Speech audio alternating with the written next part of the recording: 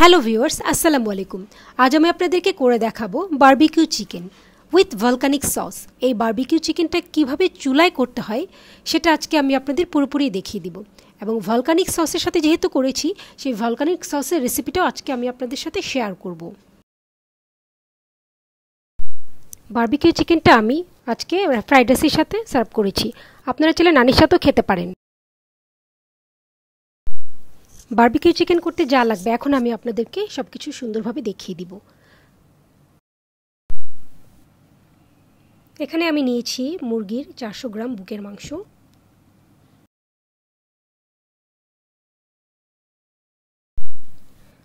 নিচ্ছি 1 টেবিল চামচ আদা বাটা,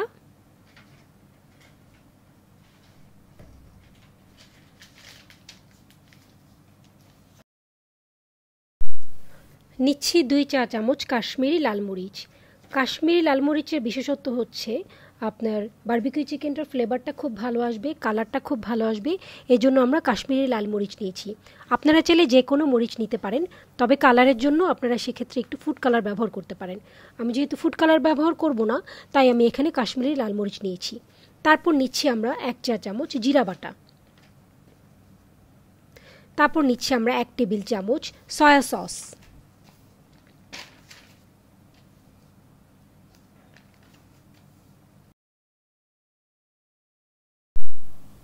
নিচ্ছি 1 টেবিল চামচ লেবুর রস,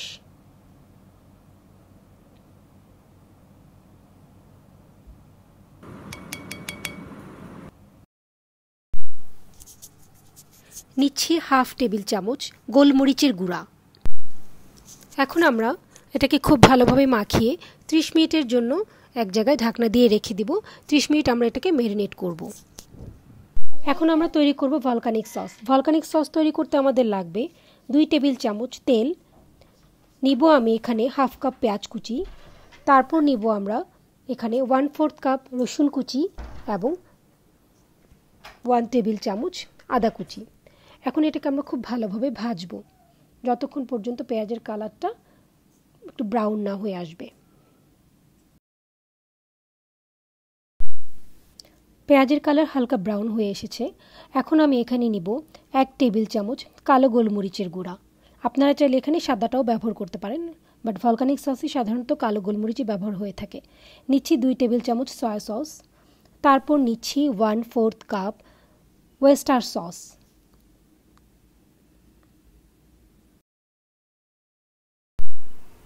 নিচ্ছি আমরা 1/4 কাপ চিলি সস। এখন এটাকে আমরা ভালো করে নাড়ব। তারপর আমরা এখানে ব্যবহার করব হাফ কাপ ভিনেগার। ভিনেগার দেওয়ার উদ্দেশ্য হচ্ছে আমার এই ভলকানিক সসটা যেন নষ্ট না হয়ে যায়, এটা যেন আমি অনেক দিন ব্যবহার করতে পারি, তাই আমি এখানে ভিনেগার ইউজ করব।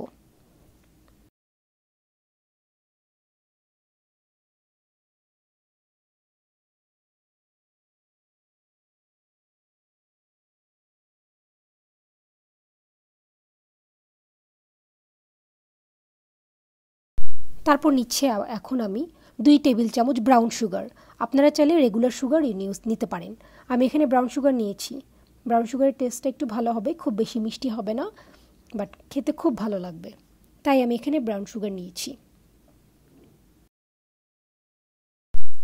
ভলকানিক সসটা হয়ে গিয়েছে। এখন এটা আমি একটা ব্লেন্ডারে নিব। ব্লেন্ডারে নিয়ে আমি ভালোভাবে এটাকে ব্লেন্ড করে ফেলব।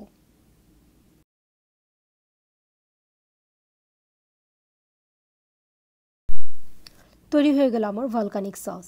দেখেন এর ঘনত্বটা কেমন হয়েছে। এটা আমরা যে কোনো বারবিকিউ, যে কোনো গ্রিল সব কিছুর সাথে আমরা এই বারবিকিউ সসটা ব্যবহার করতে পারি। অসম্ভব মজার একটা সস। আপনারা বাসায় তৈরি করে দেখবেন, আপনাদের অনেক ভালো লাগবে।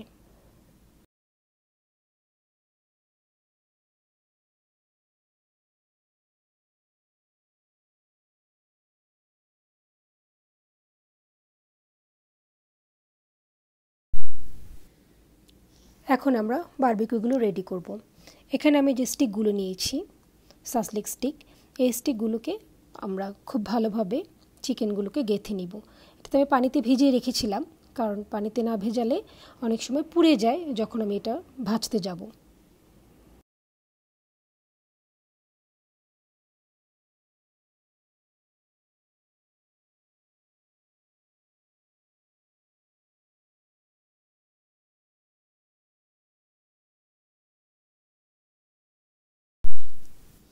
এখন আমরা চিকেনটাকে ভাজবো।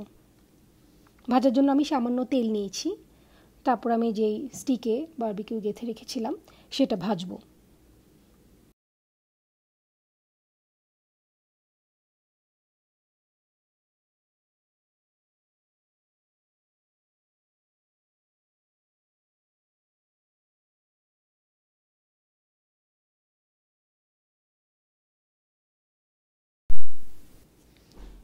চিকেনগুলো আমরা উল্টে পাল্টে ভাজবো যেন সব দিকে সমানভাবে আগুনের তাপটা লাগে।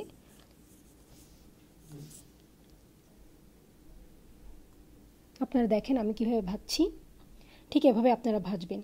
মনে হচ্ছে যে চিকেনটা কাঁচা থেকে যাবে, আসলে তা না। একটু পরে দেখবেন, আপনারা যখন নামিয়ে নেবেন দেখবেন যে সব দিকে সমানভাবে সেদ্ধ হয়েছে।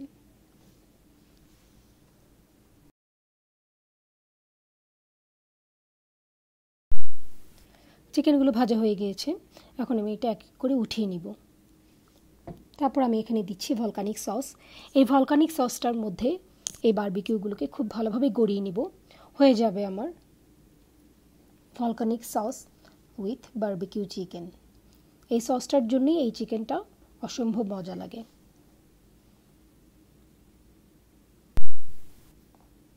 এখন আমি খুব ভালোভাবে গড়িয়ে নিব যেন সসগুলো সব দিকে সমানভাবে লেগে যায়।